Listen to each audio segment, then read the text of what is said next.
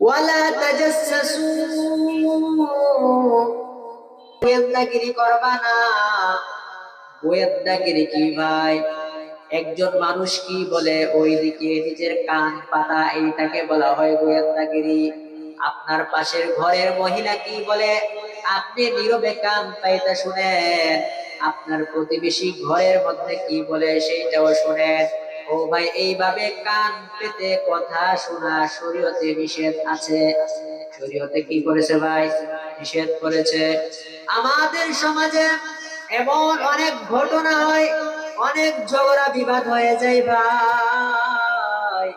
একটা কথা শুনে বাহির থেকে সেই কথাটা আসলে কি ভালো করে শুনে নাই, আধা আধা ভাবে শুনে, পরিপূর্ণ কথা শুনে নাই। এই অপূর্ণ কথাকে সে দলিল বানায়া অন্যকে বলে তুমি ওইটা কেন বললা। ওই ব্যক্তি বলে না না, আমি তো বলি নাই। বলছে আমি তো শুনেছি বলেছ। এইভাবে দুইজনের মধ্যে ঝগড়া সৃষ্টি হয়, হয় কিনা? দুইজনের মধ্যে ঝগড়া সৃষ্টি হয়ে যায়। ও ভাই, এই জন্য বলে গোয়েন্দাগিরি করবা না।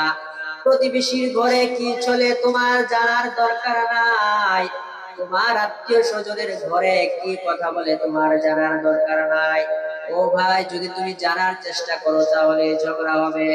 এক ঘরের মহিলা আরেক ঘরের কথা শুনে, কথা ভালো করে না শুনে, তারপর আবার তদন্ত না করে এই কথা বলে, এইভাবে ঝগড়া হয় আমাদের মাঝে। এরপর আল্লাহ বলেন ওয়ালা ইয়াগতাব বা'দুকুম বা'দা, তোমরা একে অপরের গীবত করবা না। একে অপরের গীবত করবা না। ও ভাই, গীবত অনেক বড় একটা অন্যায়, সামনে আলোচনা আসবে। আল্লাহ তাআলা বলেন ওয়ালা ইয়াগতাব বা'দুকুম বা'দা, তোমরা একে অপরের গীবত করবা না। গীবত যে কত বড় অন্যায়, কত বড় অপরাধ, আল্লাহ তাআলা আমাদেরকে একটা বাহ্যিক উদাহরণ দিয়ে দেখিয়ে দিয়েছেন। আইয়ুহিব্বু আহাদুকুম আইয়াকুলা লাহমা আখিহি মাইতান ফাকারিহতুমুহু, তোমাদের কেউ কি চায় তার আপন ভাইয়ের গোশত ভক্ষণ করতে? কত নিকৃষ্ট গীবত ভাই!